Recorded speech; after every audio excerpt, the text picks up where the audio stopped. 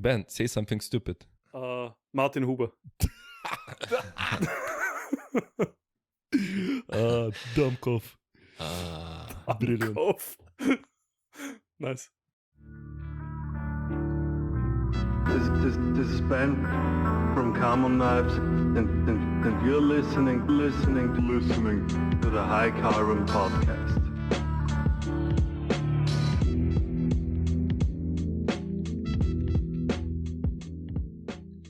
What's up, ladies and gentlemen? We are joined by a special guest, Ben Camone, because Albert couldn't make it this week. What's going on, Ben? All good. Thanks for having me. Yeah, we've done a couple of episodes together this week with that live show we did, our first ever Instagram live. Totally. Amazing. A little weird, funny looking at your face there on my screen. Yeah. I know. I don't know. I couldn't get the stupid pictures to work. I still don't know why. Even when I looked it up afterwards, it says that you have some option to turn pictures on in a live stream, but oh well. I think it worked out fine. We had almost 10,000 views or something on that video. Oh, really? Nice. Good. Perfect. Yeah, it means people are paying attention. I would say so. No, it was all right. I hope each one of those people bought a ticket. That'd be nice. At least one or more. Yeah, at least one. So besides that video, what were you up to this week? I've caught up emails, starting a new batch. And also I'm preparing to sell a production knives batch. So I have that all packaged and ready to go, and preparing for that. Other than that, pretty boring week. I guess something amazing was amazing for my wife, not me. On Tuesday, we spontaneously took a day off because it was her birthday, and we brought the kids to school and spent the whole day shopping. Oh, just what you like to do, huh? I love it. Can't you tell? Well, I guess if you were going to take a day shopping, now would be the time to get it done before the Christmas rush comes in, because shopping during Christmas time is a nightmare. Yeah, that's true. And we didn't do that for a long time, and it was fun overall. Taking a day off. Get some extra bonus points. I mean, I don't have any, Oh, you're in the minus already? No. No. Change of topic. All right. So what is this production line? Is it a new one or something that you've already been doing? My third gen production knives, and just another batch of those 20 pieces, and I'll release them soon. So now I'm just posting on Instagram. I'm generally getting into Instagram again since about, I don't know, 3-4 weeks or something like that, because I didn't post much at all. But yeah, I think there's a secret page out there somewhere. Do we want to talk about that, or I don't have anything to do with that. I don't know who you don't know nothing about it. I don't know who that is. But it annoys me a bit. Must be some guy from Folklore, I think. What? Okay, then maybe it's not him. So anyway, Polly, what's up with your week? Oh, I am beat. I am fucking beat. It has been a hard week, and another hard week is coming. It seems like everybody just woke up, My clients woke up, they want shit, they want my knives, cannot complain. And also my distributors woke up, and they're like, ooh, we should put in an order because it's selling so good, and because the Christmas is coming. And then I got another new distributor coming online, and he's put another sizable order. And while that is going on, I want to release an update to my Warnes knife, and I have no freaking time. So I'm basically doing what pays the bills. I still love it. One of the knife maker friends fucking told me when I went full time, it will pass away. It's just a honeymoon phase. It will fade away. Son of a gun, it's been 2 years and a couple of days. I still love it. Of course, it's work, but it's super rewarding. And on a better news, today I just sold my old piece of shit car just before this podcast. because Oh, I totally remember that we are recording today. How much did you sell it for? 650 Was euros. it worth that, or did you And- rip the guy off? I feel like I ripped Yeah, him off. okay. Starting that answer with is a bad sign already.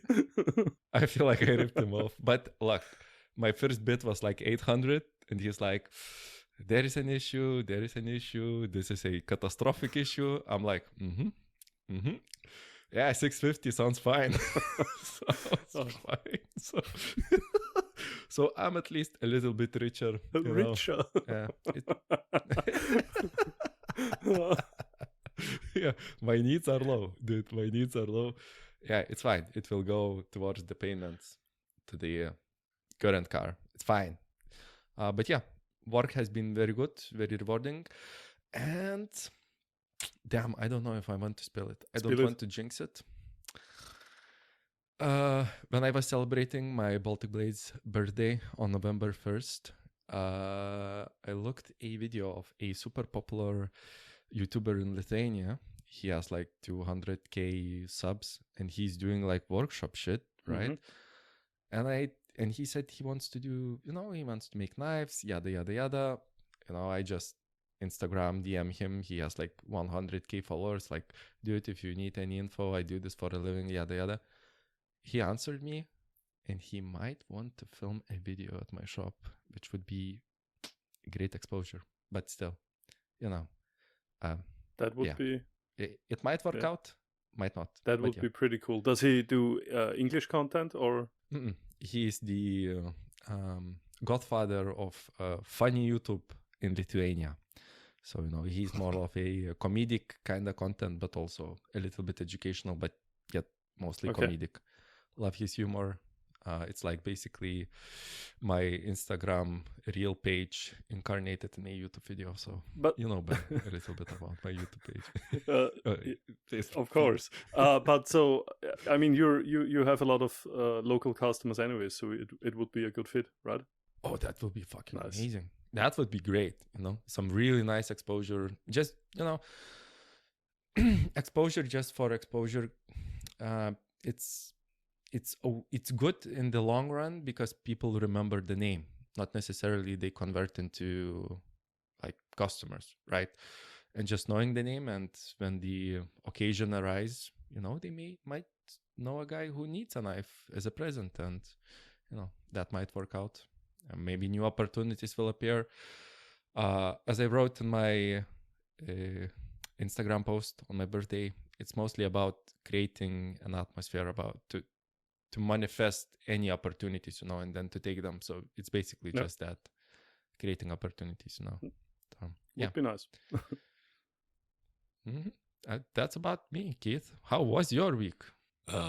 More computer problems. I talked with Ben a little bit today in the middle of my crisis, but it's a long story. But I had some tax issue problems with my website where taxes weren't shown, and for like a day and a half, all my prices were not including taxes. So any sales during that time, I would have to pay out of pocket. So I had to like freeze the website really quickly and try to figure out what was going on. But everything's back up and running perfect, so you can get your orders in.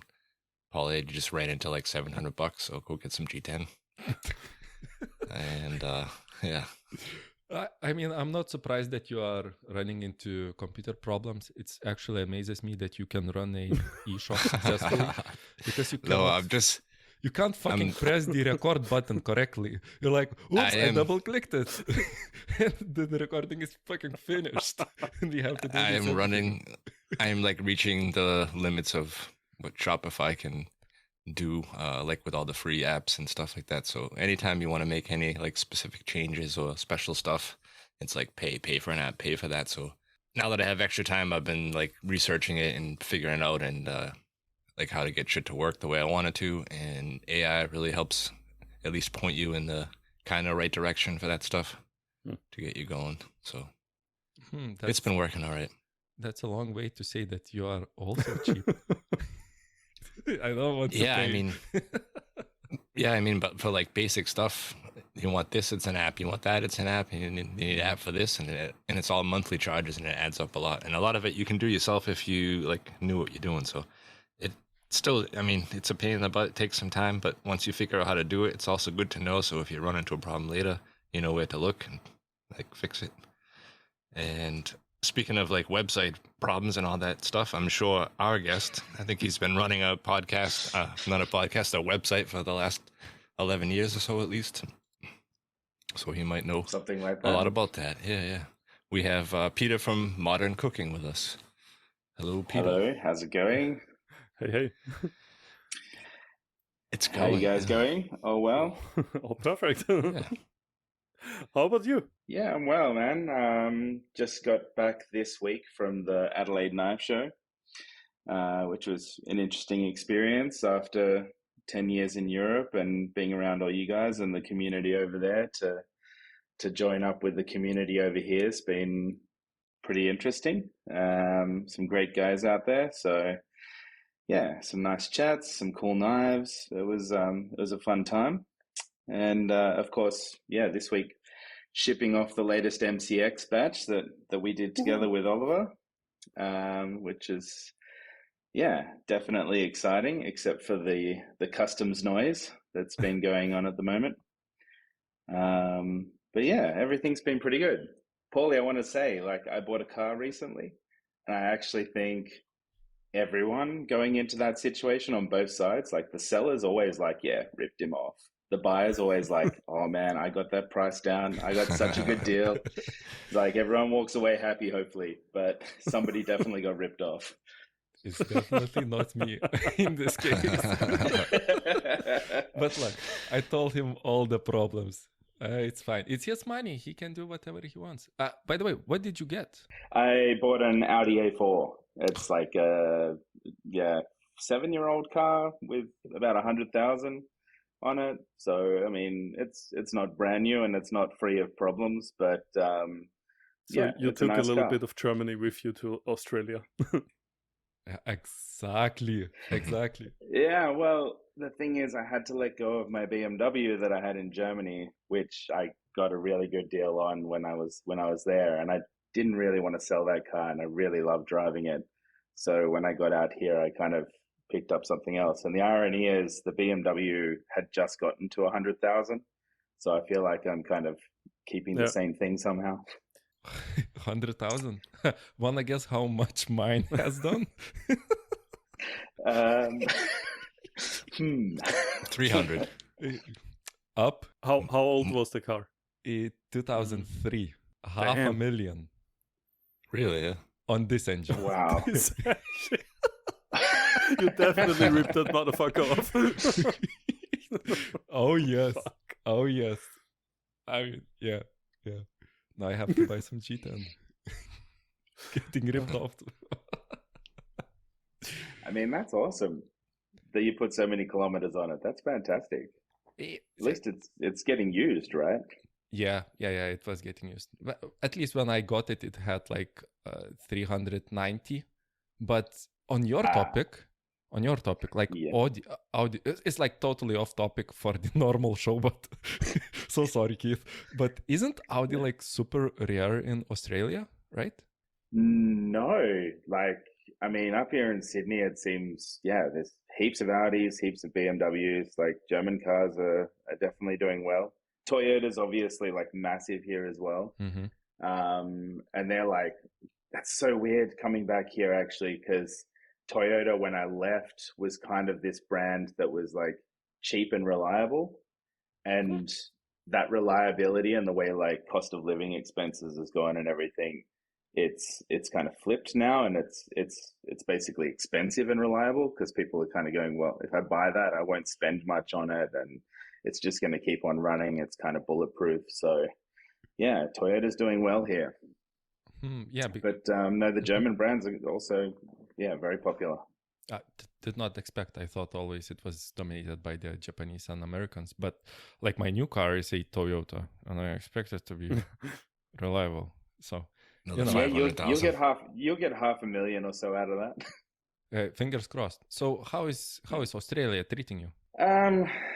Super weird, super good. Like I, 13 years living in Germany and Europe, and the last 5 years in particular, I haven't been back to Australia because of the pandemic and everything that went on with that.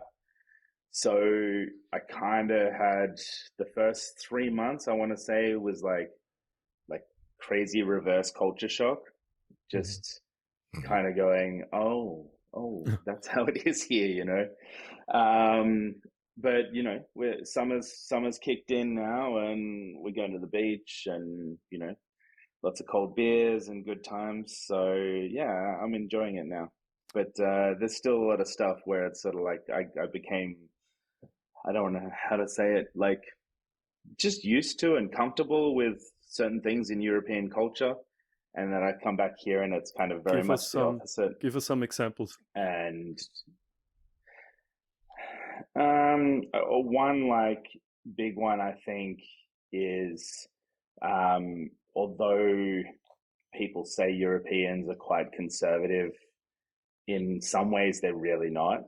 And people say Australians are really outgoing, and in a lot of ways they're really not. It's like this kind of thing with Australians where they're like, it's almost like not a facade, but like a defense mechanism where it's like super friendly up front, but then like not necessarily the confidence to really like be themselves. And so like you really have to kind of work to get past that bit. Whereas I found with Europeans, it's like, it's a bit slow, like very much at the start, but then once they're comfortable, it's like you can really have a very open, like, you know, strong relationship, and they'll just, you know, share their opinions, even if they're maybe opinions that are, you know, not widely accepted, and you can have an open conversation without as much judgment, I think. That's been a big one. And then just finding like, you know, how to navigate that here, and the way I am with that, kind of fairly open, and I embrace that attribute of Europeans. So that's been pretty interesting. I noticed that in particular, like chatting with a lot of the knife makers here down in Adelaide. And there've been some issues with the knife shows in particular. You guys probably know about all of that. Partly, yeah.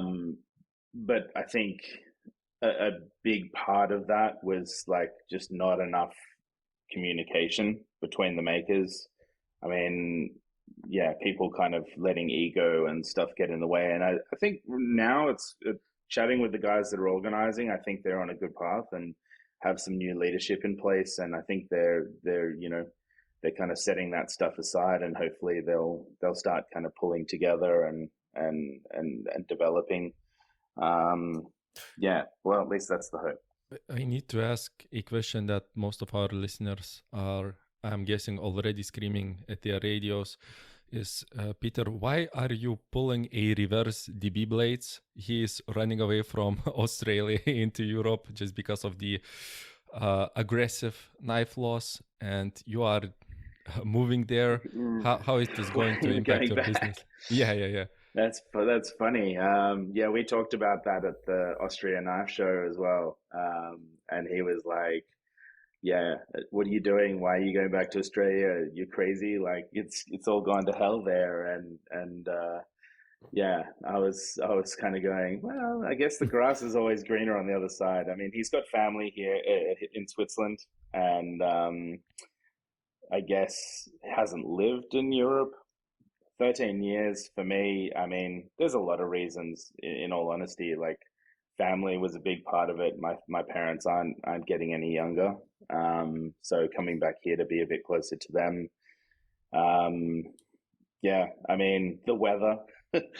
Berlin is a very cold and wet winter. Pretty tough getting through that. And especially with the house, we were living in this really old house. I think a lot of people live in an old house in Berlin. That's kind of how it is. But yeah, basically like high ceilings and heating that didn't really work so great. And so you'd be basically like wearing your jackets inside all winter and that kind of thing. And it's not what I grew up with. Maybe you guys are going, yeah, that's normal life. I don't know. But yeah, for me, that was a bit, I don't know, I guess it just kind of pushed me over the edge, particularly with Berlin and where we were there, where we were living there. Those were the main reasons, but there was a couple other things, bureaucracy, I guess things that that Dom will learn if he ever comes over to Europe. You know, I remember like thinking back actually one of the things, when I first went up to see Tobias Hangler and we got talking about being self-employed and how tough it can be. In Europe in particular, with the way the tax system is, and I think it's like, it's very hard to run a business in Europe, with the way things are, and things I think in Australia are a little bit more capitalist perspective, and so although there's a lot of similarities in terms of your expenses. Mm-hmm. Life's not cheap here. But at the end of the day, I kind of got this impression that there's a bit more wealth here and it would be potentially better for the business as well.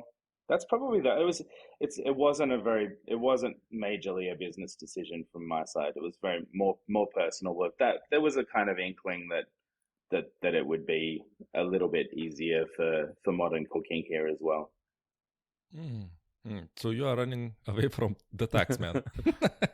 Business If that's the takeaway, I mean, always actually, right? Aren't we all? Yeah, exactly. Yeah. Running a small business ain't easy. There's that saying, what is it? It's like, tax avoidance is all good. Tax evasion's the one that you gotta like be careful of.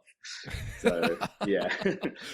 That's a great one. So how would you say how much of the moving is finished in percentage? Like how much is still, I don't know, open or pending or still in the works? I mean, it's not easy. I mean, we're basically living. My parents have like a second apartment, which we're basically borrowing at the moment. And I've got the photo studio set up in a section of my brother's house actually. So things are very kind of makeshift at the moment. It's proven more difficult than I expected to like find the optimal location. Up here in Sydney, there's like a lot of like shop fronts.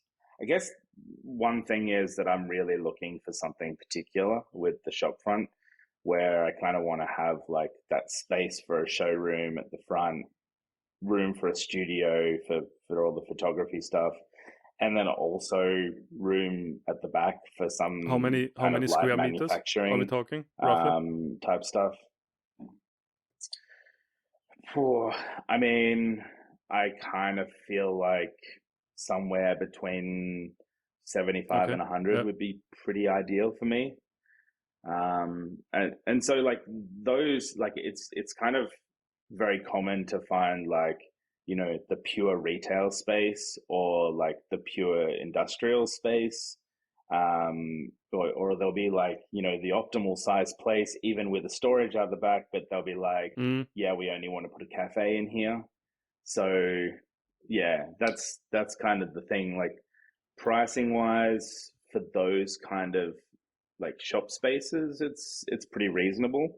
And that's actually, I would say an upside to Australia over Europe. I mean, I'd probably get away with like 20,000 Australian dollars for that kind of a space, where the same thing in Berlin at least, like a lot more money. You mean to buy it? Maybe 30 or 40 kind of thing. Okay. It's not to buy, no, to rent.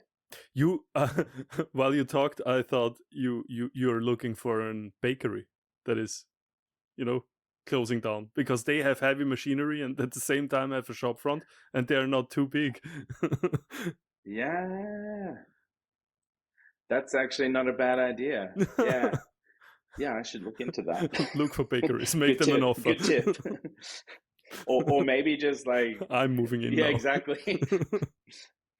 Take a knife in and make them an offer they can't refuse. Hey, before we get too far into it, we recently had a other podcast host that said that we weren't getting it done. And I feel like a lot of our listeners maybe might not know who Peter is and what the Modern Cooking website and what you've been doing for the last 11 years. Can you tell us a little bit about your business and the people that you work with? I know you have a few lines, the Birch and Bevel and the MCX project that you're doing. Just tell us a little bit about it. Sure. So, yeah, I started Modern Cooking, depending on how you want to look at it, probably back in about 2014. Initially, I was going to be looking at doing a more broader range of cooking products, and I also had some ideas about selling kind of digital recipes and stuff like that. But it very quickly became clear that knives is what I'm all about and where my interests were. And I got very much into Japanese stuff, as a lot of retailers do, and honestly wasn't really aware of all the Western makers and all the stuff that they're doing. And then at some point I started dipping my toe into kind of very premium Japanese stuff. And that kind of attracted a different type of customer, I guess. And one of these customers actually was like, have you seen all the local makers just right here in Europe? And I was like, I had no idea about this stuff. And I think it might have been Ben's account that was the first one. He's like, well, check this out, And I was like, holy shit, there's all this stuff going on here, and why the hell don't I know about it? Yeah, I mean, I wrote to Ben and said, hey, can you send me a knife? And he sent me two and said, good luck. And the rest is history on that one. And since then, yeah, I've basically pushed my way into the network, or head-butted my way into the network of European makers, working with guys like Jonas Johnson and Oliver Mertens and Antoine, Adonis Forged Arts, so many, Martin, Tobias I've already mentioned. And it's kind of, I don't know, it's been a real kind of, that was just so much better. The Japanese market is all business, and there's a level of social to it, but it's all business. Whereas this community's been, well, for one thing, they've embraced me, which I'm very grateful for, and for another thing, it's kind of opened my eyes to a lot more possibilities within the craft. Modern Cooking, we've got MCX, we've got Birch and Bevel. Birch and Bevel's a brand that I developed with Jonas and Friedrich Flaig.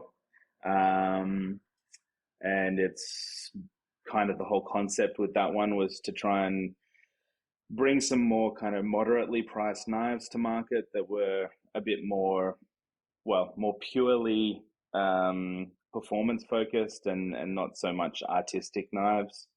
And we're kind of still pushing along with that one. Tobias is also in there. He provides most of our steel for that project. MCX is kind of a design collaboration project, where like the knives we just sold with Ben and Oliver, it's sort of, whether it's about bringing like-minded craftsmen together, people that have a similar design aesthetic, or whatever it might be, that I guess maybe it's something where I see some kind of connection between the two makers, or I have some kind of idea that I think will produce a unique product and something that will be exciting for the customers. It's not about budget or anything like that. It's more about design. So we do those kind of projects there. We've got the project with Ben and Ollie. We're also doing some stuff with Tobias, Simon Crickbaum, and yeah, they're usually batches of 10, so it's not that one-off artsy kind of piece. It's an opportunity for multiple people to get their hands on a similar design. So that's kind of interesting and fun, and allows me the opportunity to get my hands dirty a little bit. And that's something I really want to push in that direction, and start contributing more to the actual production of the product, and not just the kind of design aesthetic kind of ideas type side of it all. And then, yeah, modern cooking, been around for quite a while now. That was kind of centered in the end around the whole collectible side of things. Lots of one-off stuff, mostly kitchen knives, but we're also selling other kitchen utensils and cutting boards and that kind of product. Nice. And that's modern cooking. Yeah, I wanted to ask you, I'm sure Ben has a lot of information about this, but you work with so many different knife makers, and some of these projects like the MCX, multiple knife makers working on a design together. What's it like working with all these people? Because I'm going through some of this with the Cling for Goodness project that I've been working on. Yeah, I mean, sometimes it's a real challenge. Like all of these guys have their own businesses and their own brands and their own design aesthetic that's kind of uniquely their own. And I think it's quite common for like guys to get together in a very friendly way and sort of say, hey, let's do a collab piece and we'll throw something together. But I think like finding the right people to collaborate and having the right concept can be a real challenge. I've seen some stuff that comes out where it's sort of like, oh, that's, such and such as blade and someone else's handle. And it doesn't really have this feeling of being a singular design concept. And so developing that is super challenging. Working around other people's schedules is a massive challenge. Making sure that everyone gets paid enough is also a thing. I mean, the work is not easy. These projects take a long time to pull together, and they take a lot of time out of everyone's typical life or work, whether it's their production time or marketing time or whatever it might be. So yeah, it can be really difficult to juggle. For example, I've got a project at the moment with Jonas, an MCX batch that we basically did a pre-sale at the beginning of this year. It's a collaboration between Jonas and Hardo Knives in Japan. And I mean, those knives were supposed to be delivered by now, but unfortunately, midway through the year, like around June, I think it was, or maybe even May, their head sharpener at Heido just kind of decided enough's enough, and he's going off to start his own project. A very talented guy. He does great work, but obviously that kind of threw a massive spanner into the works and kind of caused a bit of an avalanche of change at Heido, and they went about doing a huge restructuring. And yeah, at this stage, we've got 30 MCX knives in Damasteel blanks that Jonas forged out, sitting in Japan, going nowhere. So, now I've got customers who have put deposits down, who I'm, they're being super patient about it, and I really appreciate that. But, at the same time, it's kind of frustrating for me not to be able to deliver and put smiles on faces and close that off. But this stuff happens. Knife making's not easy, and it's not, it's not machines and factories. It's people working with their hands and blood, sweat, and tears, and things happen.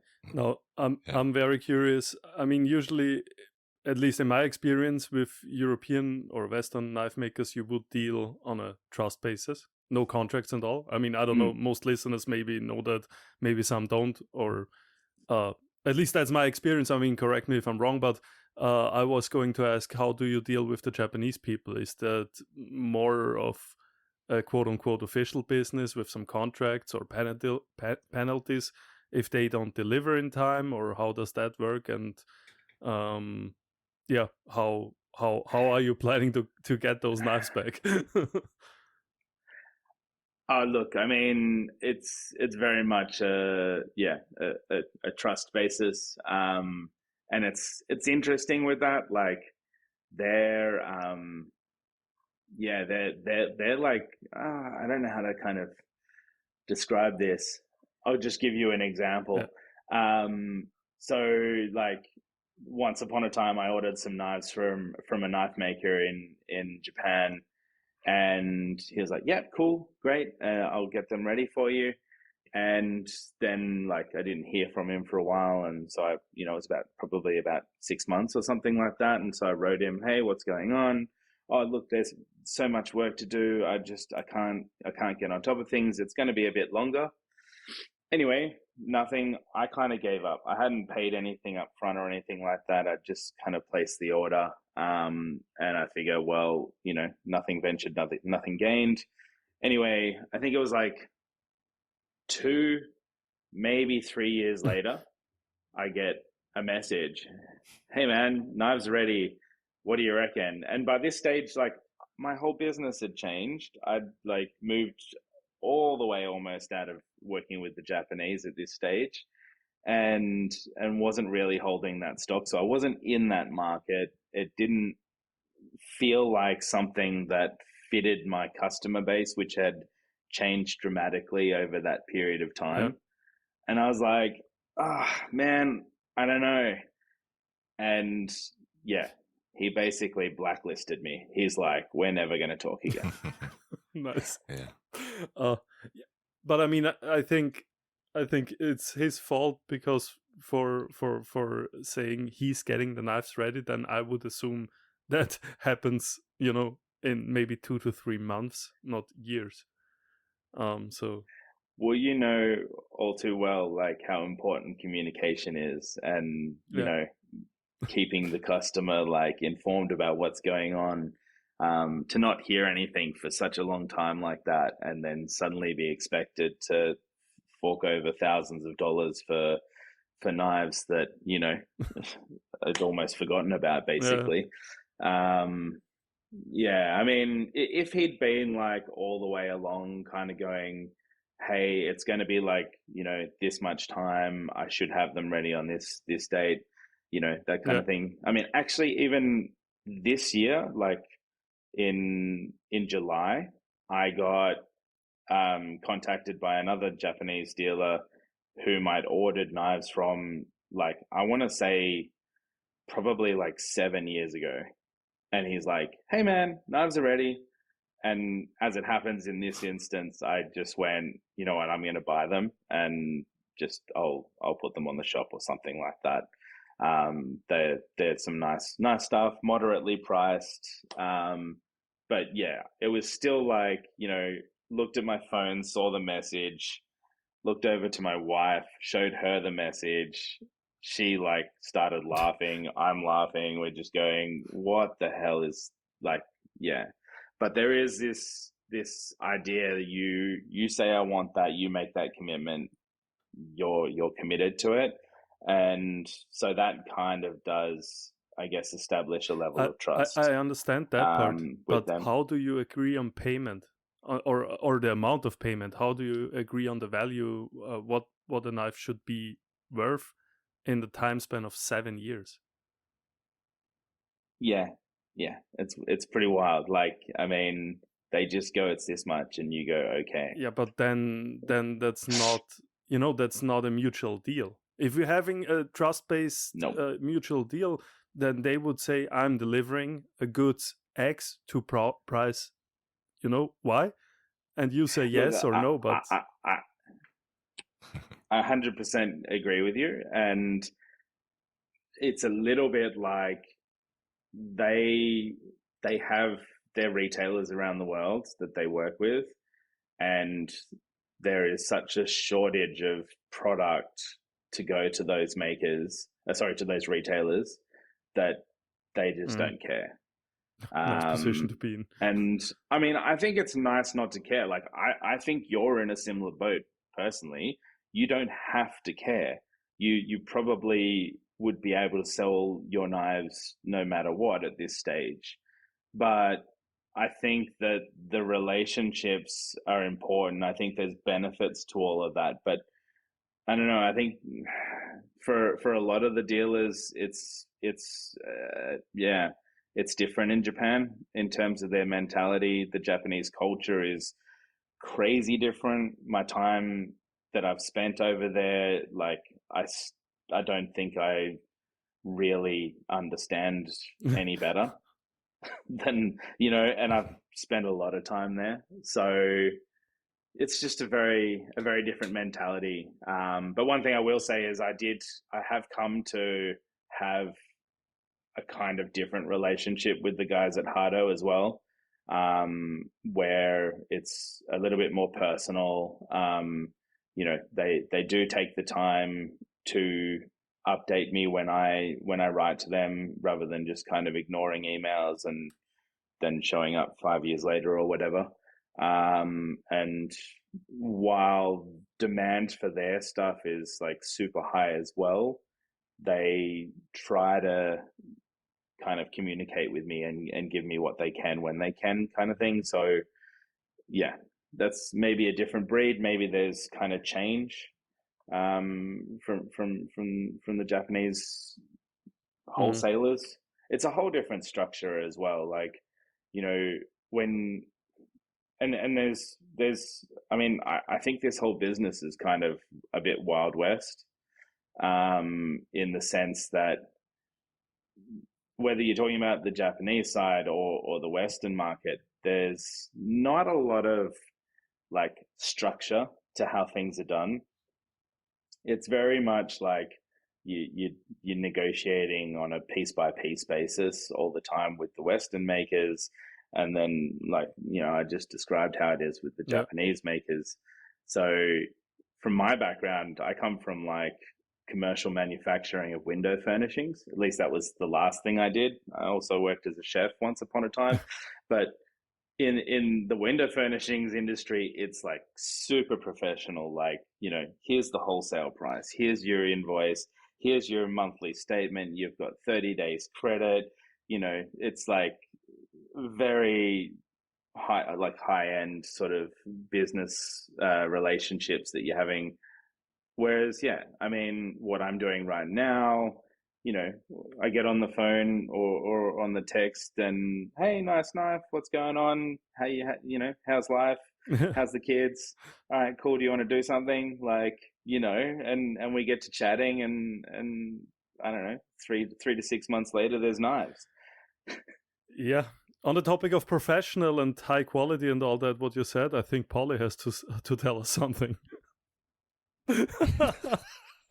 Perfect setup. Dan, thank you so much. This is the best setup that we got in the podcasting history. I wanted to say about Japanese makers and old school Japanese smith dating back centuries ago. You know what did they use to heat treat their katanas? Mini hell kills. Exactly. This is 100% verified information. You can totally trust me. And you can repeat it to your family and friends if you would like. So this show is... I cannot do it. This show is sponsored by minihill.eu. They got the next kiln for you.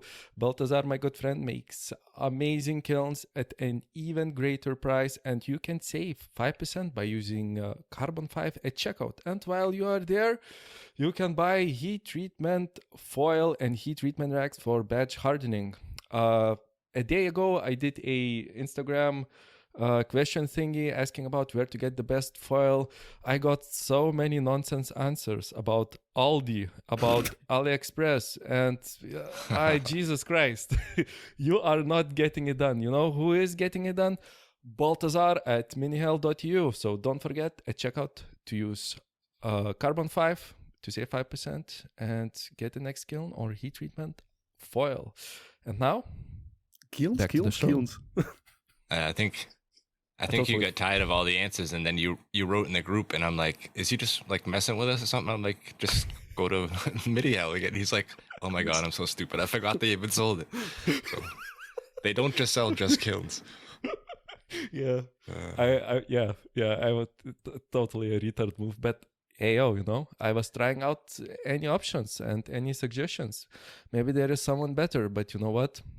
There is none than Baltazar. So yeah, actually, I'm getting a 7.5 meters roll from him. Can't wait. Perfect. Nice. So I have a question I wanted to ask because I get this a lot on the Cleaning for Goodness page. And this is nothing against any of the makers and stuff, but I have a lot of people who really like the idea and they want to help and make a knife, and a lot of them are relatively new knife makers. And Peter, do you get people like constantly messaging you and like trying to get you to sell their knives, and maybe they're just not quite ready for that yet? Yeah, that's super tough thing to kind of work through, and like even when you think you've done it right, you find out years later that you didn't. Like actually Timo Hardened Knives, who like I totally respect his work now. I think he's like come miles with that and developed into a really fantastic maker. But back at the beginning, when he first came to me, I guess I just didn't do it right. I don't know. I was trying to be sensitive and like encouraging and, give him what he needed to get to the level that he needed to get to. And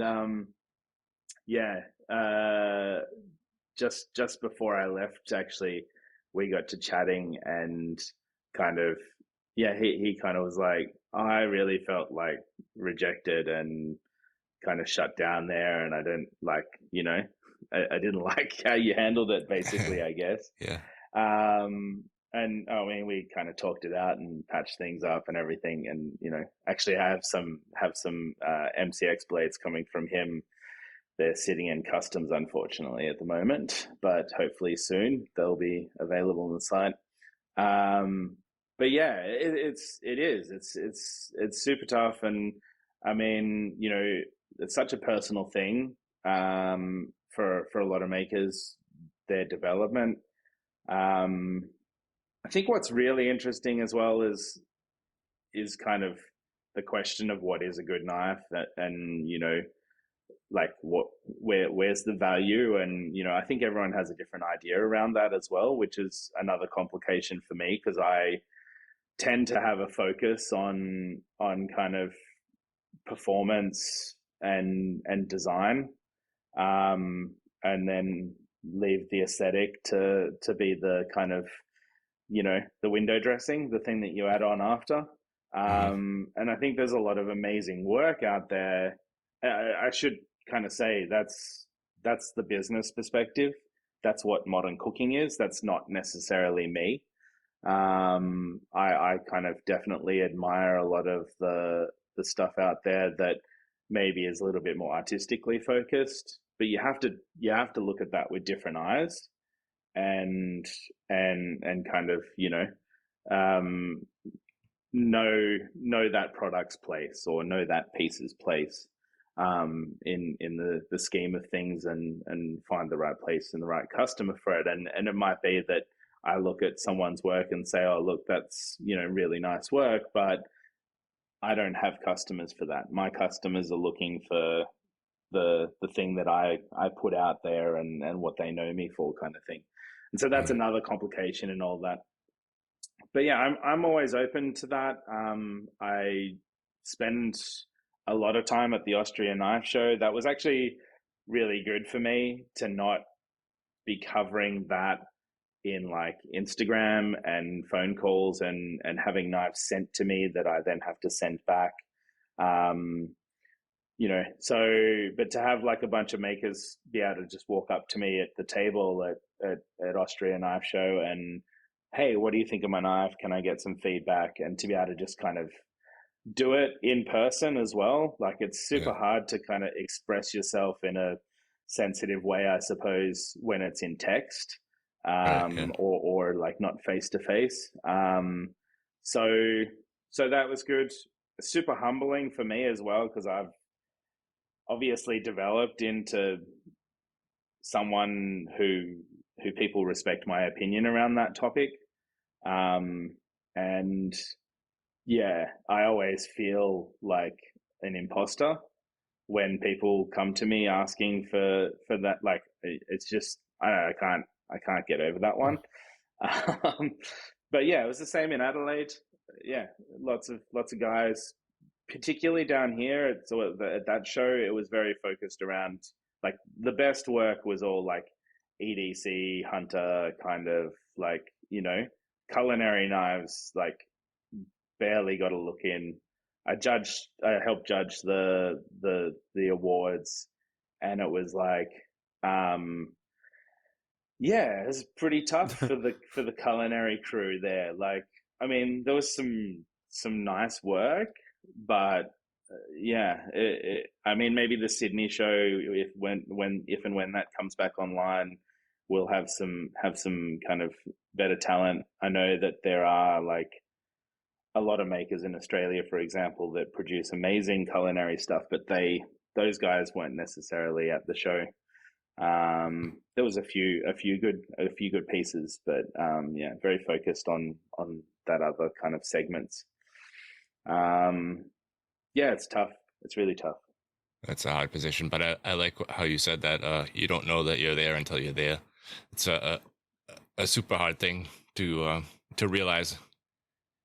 And I think the best way to do it is to go to a show and look at everybody else's knives and talk to some of the makers, and maybe like even discuss the grind decisions and all that kind of stuff, geometry and why, so you get a better understanding. So I think a lot of people, they might make an aesthetically looking or decently aesthetically looking knife, but it's not going to perform like these other guys' knives, and it's hard to tell until you've actually had one of these knives and used them. 100%. And actually on that, like at Austria, since that show, I've spoken to a lot of like what I would consider world-class makers that came, who are like, oh, my whole world got blown up at that show just because I was able to see the next level kind of thing. And yeah, that just, so yeah, 100% agree. Interesting. Another question I have regarding your family. So you have an Australian passport, right? That's correct, yeah. How does it work with your family? Does your wife have to have a work visa, or how does all that so work? Yeah, so my wife has what's called permanent residency. So for now, she has like a short-term version of that. It's always weird, isn't it? But basically she has to renew it in a year, and then in a year she can get what's I don't understand why they call it permanent if it's like renew it in a year. But yeah, in a year she can go to 5 years, and once she has the 5 year, she can then take citizenship. We've been together for like 20 years. So I guess the question is, why haven't you gotten citizenship before? We lived in Australia before we came to Germany, but German laws are a bit like tighter on the whole dual citizenship thing. I have dual citizenship through kind of a family heritage type situation, and both my children have dual citizenship as well. So we're kind of, we can move freely. But yeah, on my wife's side, it's a residency thing here, and then she has German citizenship for now. Let's see where it is in a few years. But it hasn't been a real issue once you have the residency. Anything is that stuff costs a fortune. Like, I think when we got the residency back when we first lived in Australia, it was like $2,500 or something like that. Sure. And now it's like 10 or something crazy. So That's crazy. Australia is pay to play. Because it works the same way here. That's the same deal that I have. After 5 years, you can apply for citizenship. I haven't done it, so every 5 years I have to renew mine. But it started out with 1 year and then 2 year. And I think for the 5 year, I pay like 280 euros or something like that. It's good for 5 years. So you have an unlimited so work bad. visa. Yeah, the Australian thing is like you only have to pay when you first get it. After that, it's just like a renewal. You don't pay anymore. You just have to like tell them that you're here, kind of thing. Because if you leave the country, then it can lapse, and even then you can kind of come back and say, "Oh, can I get it back now?" And they're like, "Yeah, sweet, no worries." But yeah, it's a bit weird. I mean, obviously you've been in Austria for a very long time, right? But no motivation to take the citizenship. I think there's a lot of people out there like that once they have permanent residency, it's sort of like, I don't know, what do I need that for? And it's extra bureaucracy and complication, right? Yeah, I also have family at home, and like you said, my parents are getting older and stuff. You never know what will happen in the future, or if one of my kids decide they want to go to school in the US or something like that, then it makes it easier for the rest of us to kind of move back and forth. Shuffle back. I think the problem... Yeah, sorry. No, you go. The problem for Keith would also be that he can't have dual citizenship in Austria, right? Right, so, yeah. So you That's not possible with Austria. Yeah. No. So you would have to get rid of the US passport, and I don't know if I would do that either. If I have permanent residency already. Yeah, I mean, you're really committing, and I think the Americans seem to be a little bit more particular about immigration, maybe. Right now, just a little. Yeah, definitely. Yeah. Whereabouts in the States are you from, Keith? Massachusetts, so near Boston. Okay.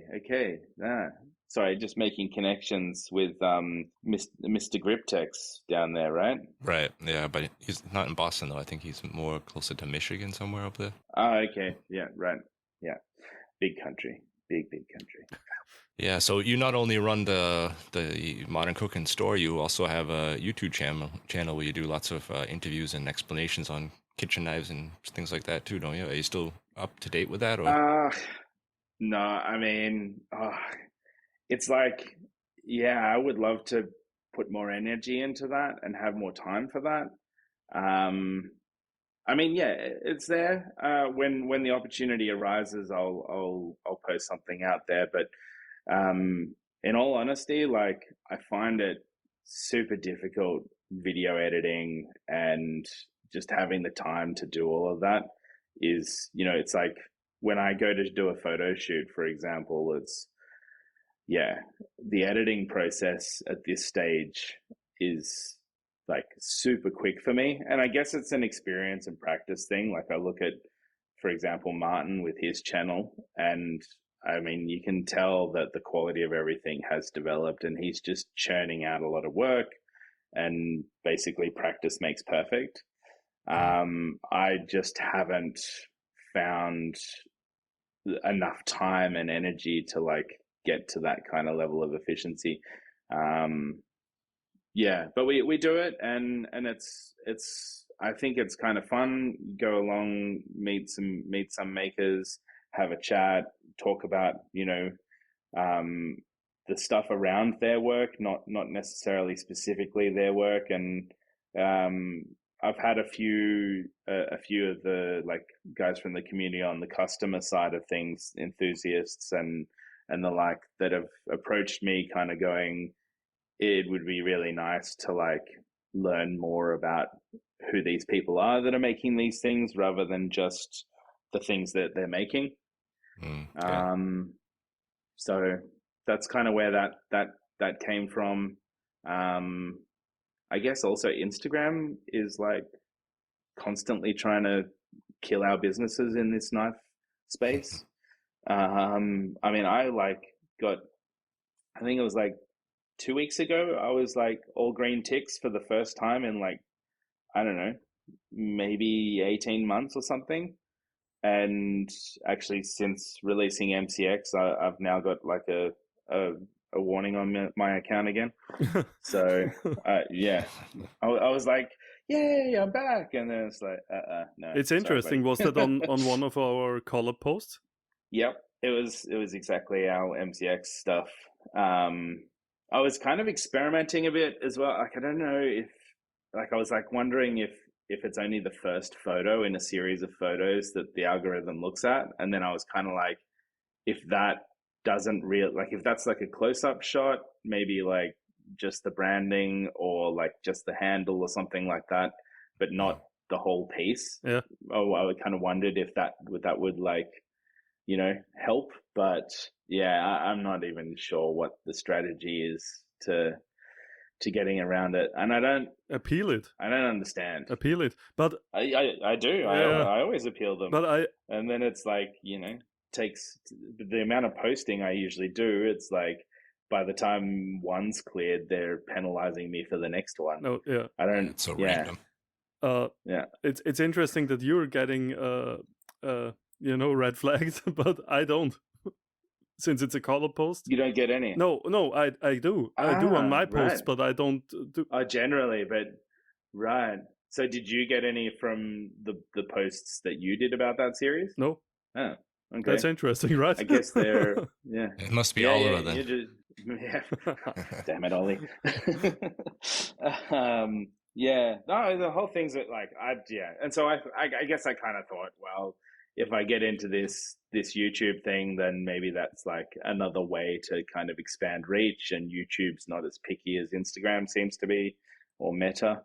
But yeah, the workload and the fact that I still have to produce photography for the site, kind of like there's an organic thing that happens, I guess, between the website and Instagram, where it's kind of like, you know, you take the photos for the website, you use those photos on Instagram. It's like nice and fluid. Whereas kind of as soon as you're doing a YouTube thing, it's like, well, that's just for YouTube, and you still have to do all of that other work.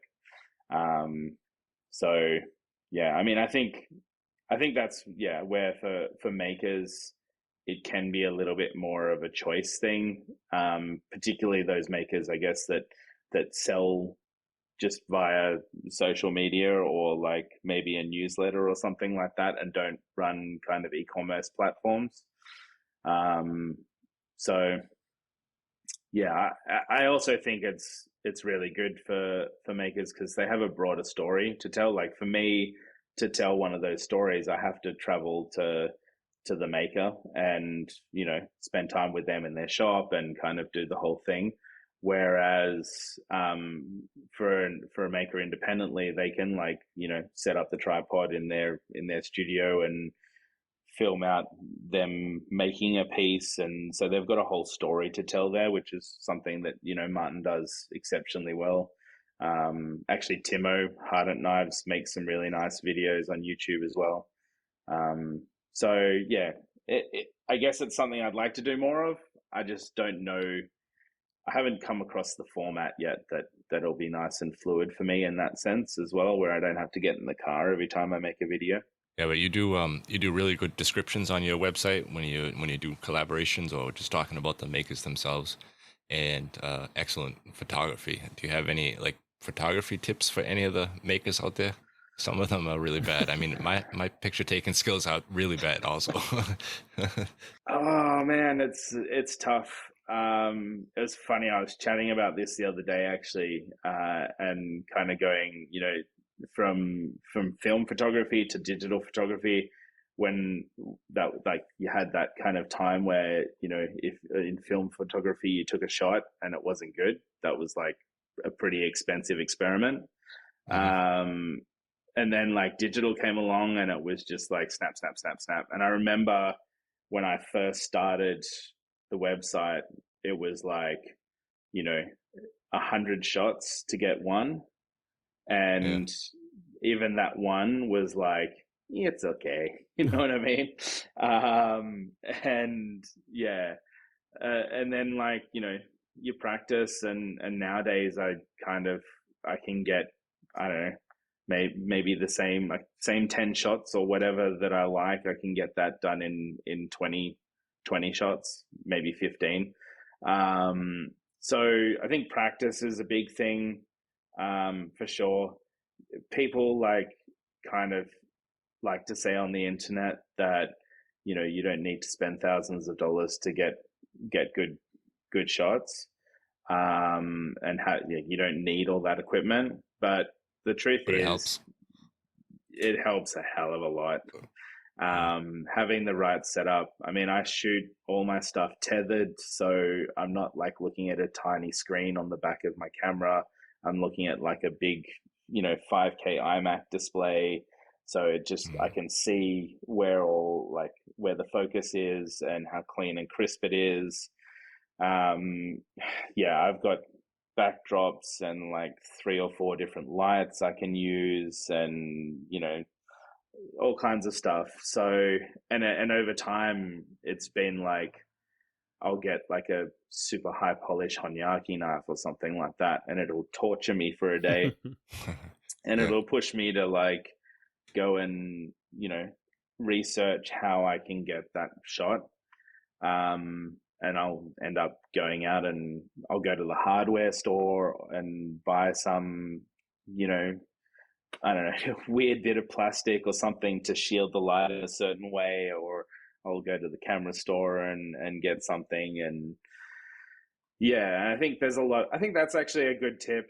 Like, obviously, like you got to spend money to make money is not a great tip. Like, there's some truth to it, and I think you got to buy good equipment. But I think the other thing is like really trying to think outside the box.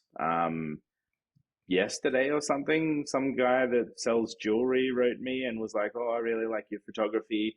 Can you tell me about like where you get your backgrounds and all that kind of stuff?" And I was like, "Yeah, they're flooring tiles from the hardware." So and sometimes I like spray them with like black spray paint to kind of give it the right look. I'll use a matte spray paint to like cover up the shiny tile, but the tile might have a nice texture in it that I think kind of looks cool. The other week I was at like a office supplies, and they had those like little like sticky felt things that you stick on the bottom of chairs and tables to stop them scratching your floors. And I was like, actually, I'm going to get some of those and like stick 2 back to back together. And that's what I'm going to prop up knives with from now on.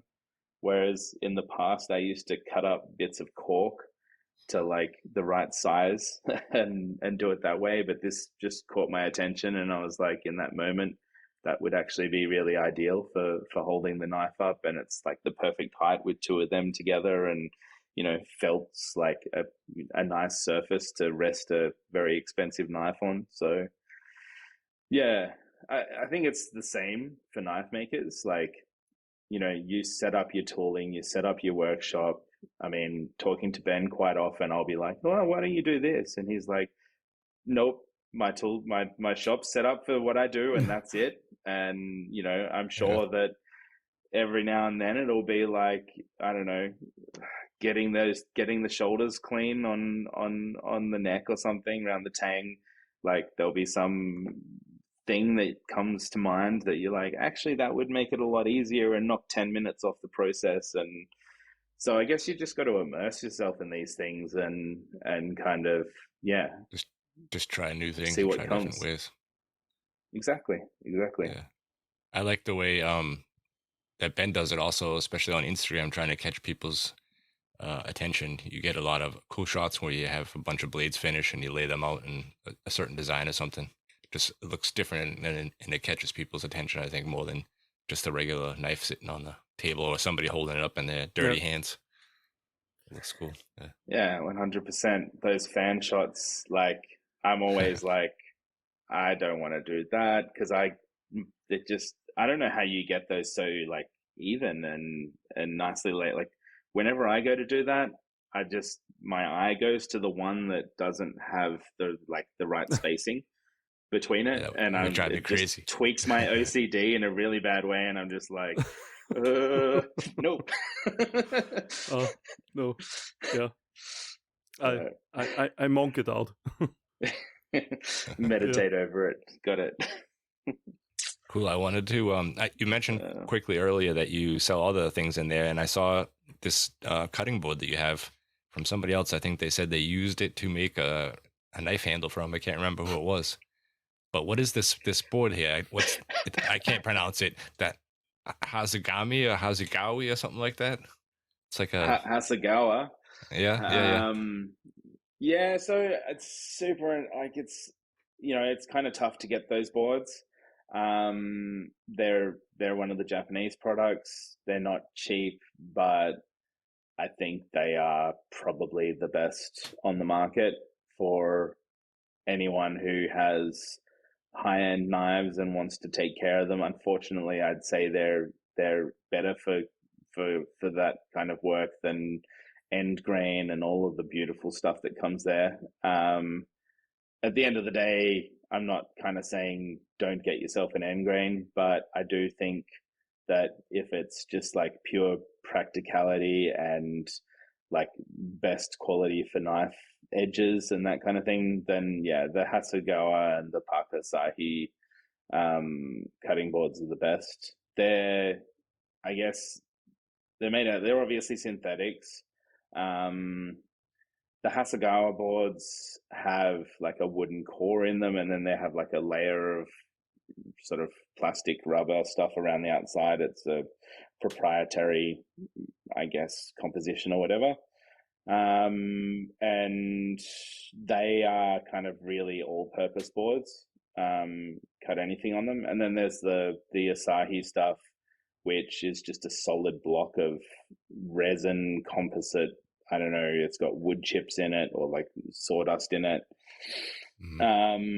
Those are also, very cool, but like I would mainly advise people to go after those if they're looking to cut or like to work with fish or proteins, because it's not I guess you just have to try it, but it's just not a surface that the blade like moves around easily on. And that actually kind of leans into cutting protein because you can just kind of come through the flesh of whatever you're cutting, and when you hit the board, you really know about it, and it has this sense of, oh, you've gone through the silver meat or the whatever, like the tough part of whatever you're cutting, and you won't have that like little bit of connective tissue that's still holding on at the surface of the board. They're really, really nice and flat and well made. And at some point or another, we sent a bit to Ben, and he made a super cool little Santoku, which I think is a rare blade for Ben as well. Yeah. I don't know, you don't make many of those, do you, mate? No, not too many, but I like the profile. Yeah, well, it was one of the coolest pieces, I think. Like, in the end, honestly, I don't know if I had the highest expectations when I handed you this kind of like beige, I don't know, as a material, it doesn't scream out as something that's gonna look super cool. I know. But between the titanium end caps and that beige color, it looked really sweet.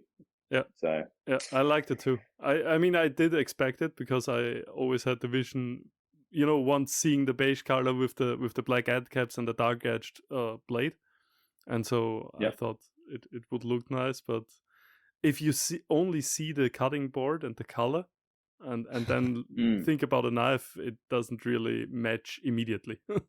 Yeah, it's weird that they went with that color. I know that they do black ones now as well, but it was just, it's kind of, I guess it's fairly neutral, isn't it? For a cutting board, maybe it does kind of work. Yeah. But yeah.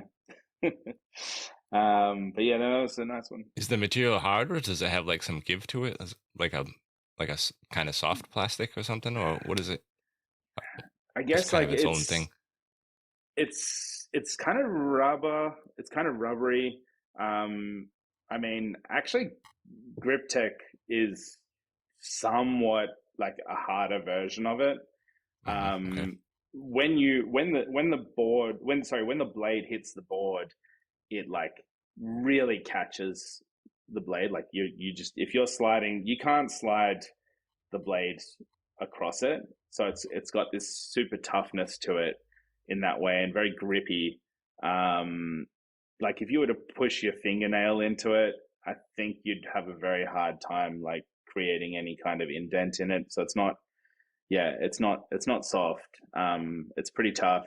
And what's nice about those Asahi boards actually on that side is, even if after like years of use you've got like cut marks in it, you can like literally take some sanding paper and sand the surface fresh again, which is not something you can do with the Hasegawa stuff.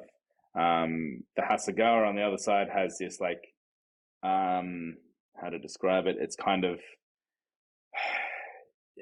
it's almost like it's porous or something at the surface.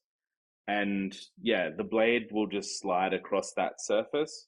So that's kind of why I was like, you know, for protein, you want to have the Asahi, but for everything else, the Hasegawa is the go. Because if you're like rock chopping, you're not going to have any fun whatsoever on an Asahi cutting board.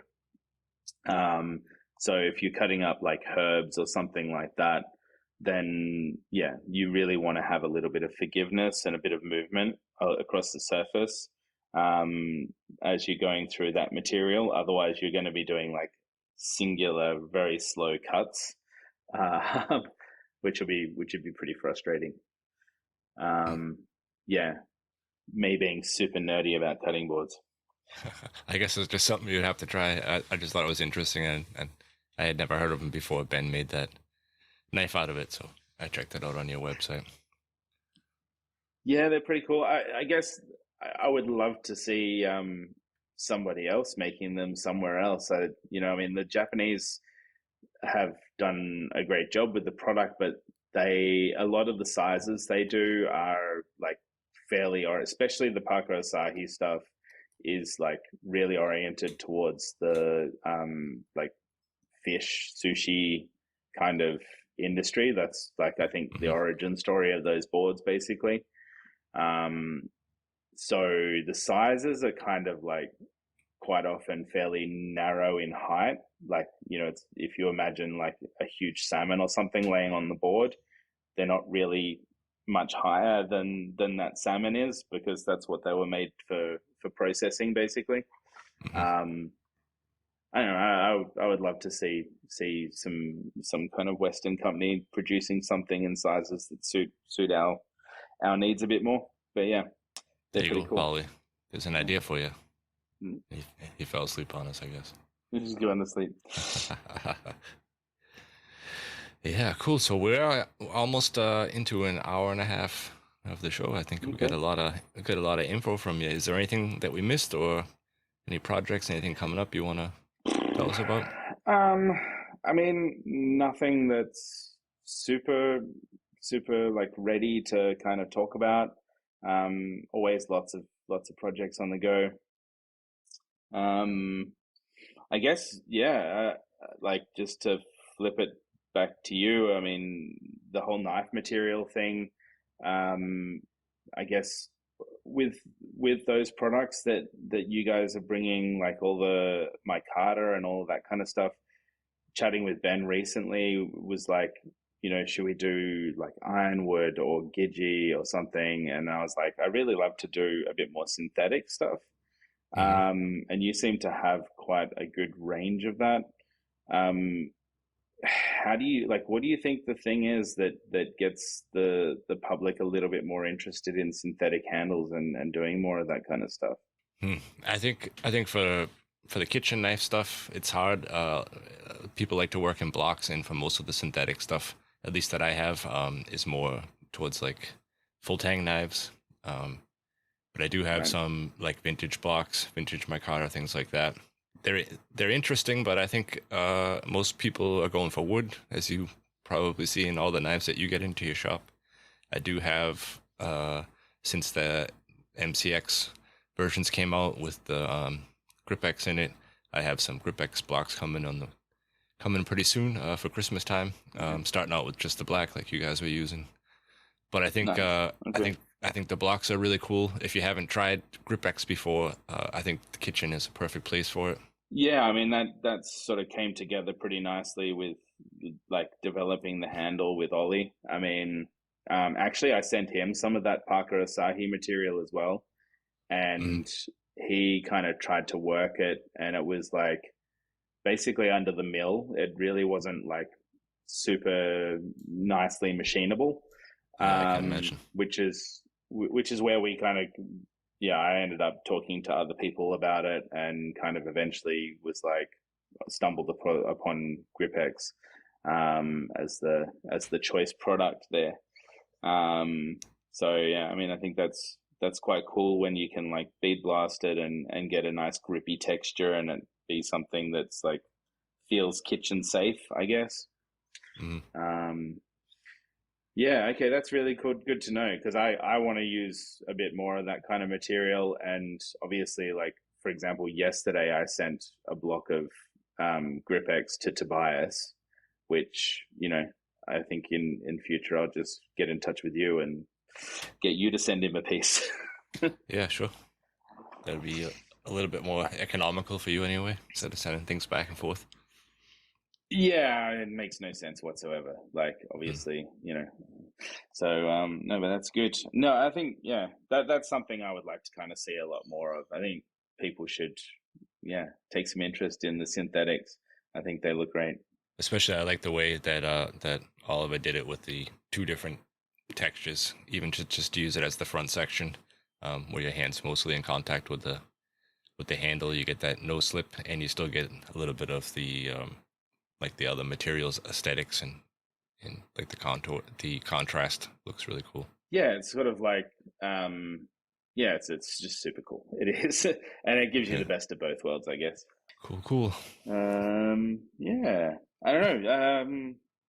I don't think I've got much from my side. Yeah, if you've got, do you have any other questions around anything? No, I don't know. I think I just wanted you to maybe tell everybody where they can find you now. You think you still got the same website?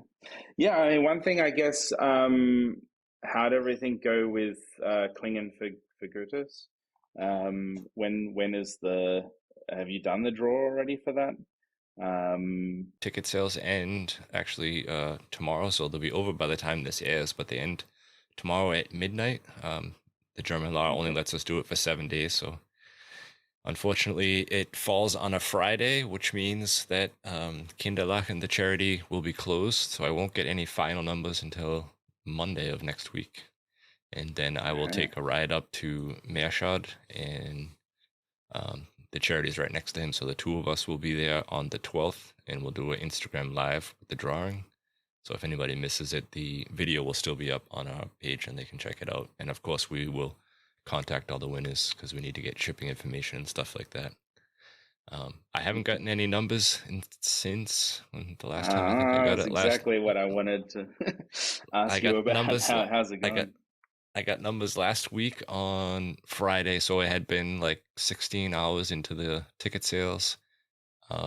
We were keeping these numbers a secret, but by the time this comes out, it'll be over. So in the 16 and a half hours, we did 31,500 in sales. So I think we're looking good. So that's already like well past what was done last year, right? Yeah, I think last year we hit 18,200. So yeah, we passed it.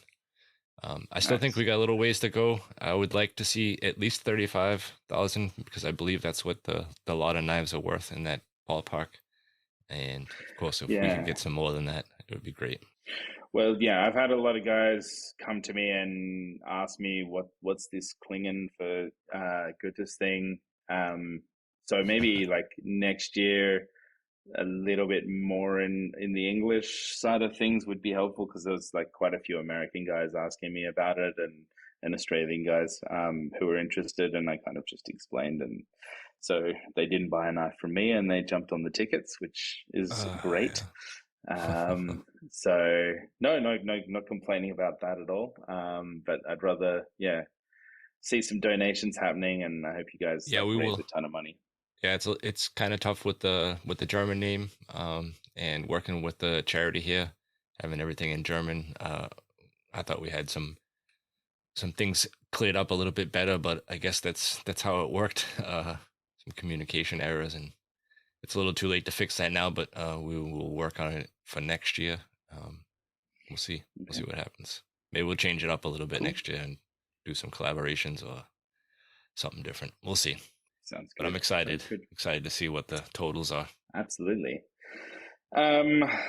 Getting to your question, I guess, Modern Cooking, we're in Australia now. There's no physical shop for now, but there will be when we finally find a location. So it's moderncooking.com.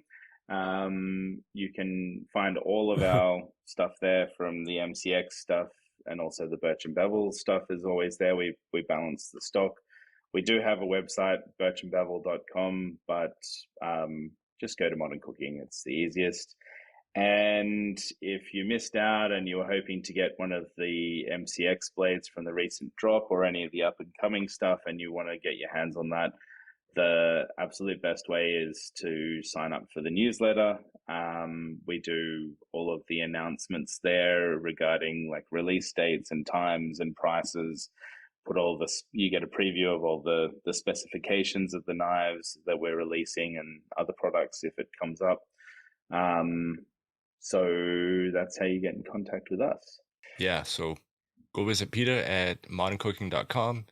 Peter, I want to thank you for joining us and for all the work you do for the knife making community, especially the kitchen side, working with the makers and coming to shows and all the stuff, bringing everybody together. I think that everybody appreciates the extra effort. Thank you very much. And I mean, back at you, really. I mean, it's one of the things that I think is great about this community is in a lot of cases we all kind of pull together and support each other in that way. So I'm always happy to do it, and thank you for having me on the show. Super fun chatting with you guys, and anytime. I think that's it for this week. We will talk to you guys next time. Bye-bye. Bye for now. Nice one. Thanks, Keith. Bye, guys. Thanks. Bye. Bye-bye. Bye, guys. Tschüss. Auf Wiedersehen. Gute Nacht. Iki. Buongiorno. Do widzenia. Poly out.